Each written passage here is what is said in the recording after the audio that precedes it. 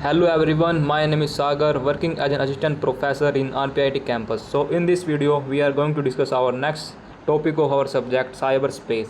So in this is the topic that name is cyber jurisprudence. So what is the cyber jurisprudence? Jurisprudence is the philosophy or theory of law. It deals with the nature, source, purpose, and validity of law, how legal system work and evolve, and how justice is interpreted and delivered in the society. So, if you talk about the definition of cyber jurisprudence, so cyber jurisprudence is the application of legal philosophy to cyberspace.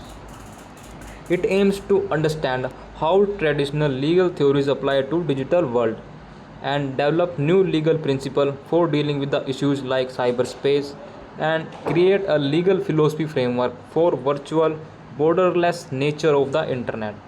So why need of cyber jurisprudence is created? First, cyberspace is different from the physical space, like it lacks geographical boundaries. Second, jurisprudence issues. Who govern the internet? Local laws can't always apply globally.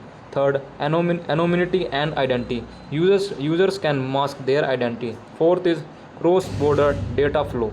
Law of one country may conflict with other.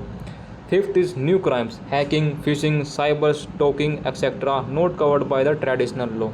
So that's why cyber jurisprudence help bridge the gap between law and technology. So legal theories and cyberspace, how they are connected with each other. Jurisprudence school, there are some schools and their applications regarding to the cyberspace. So jurisprudence schools like natural law, it advocates for universal digital rights like privacy and access. Positivism, it deals with the cyber law should be created and enforced by the state. Third is realism, focus on how law actually work in online courts and cyber crime cases.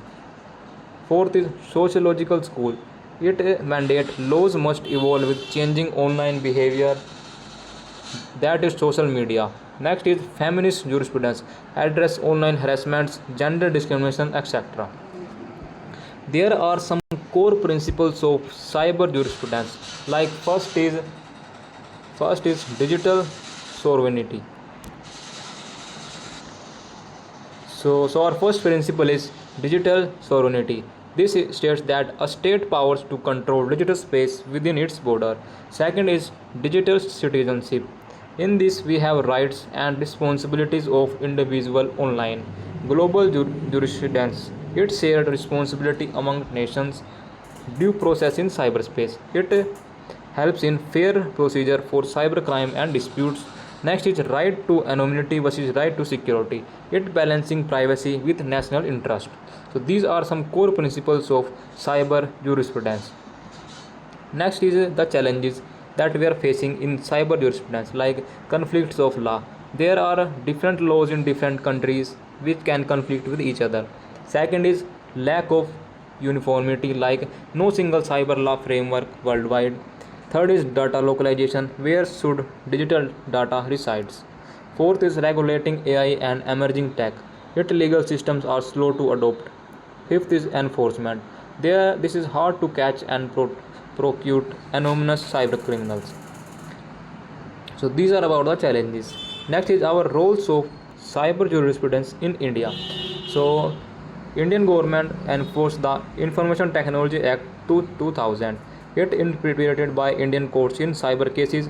It was used in shaping policies around data protection, online freedom, and cyber security. So that is all about the cyber jurisprudence. Thank you very much.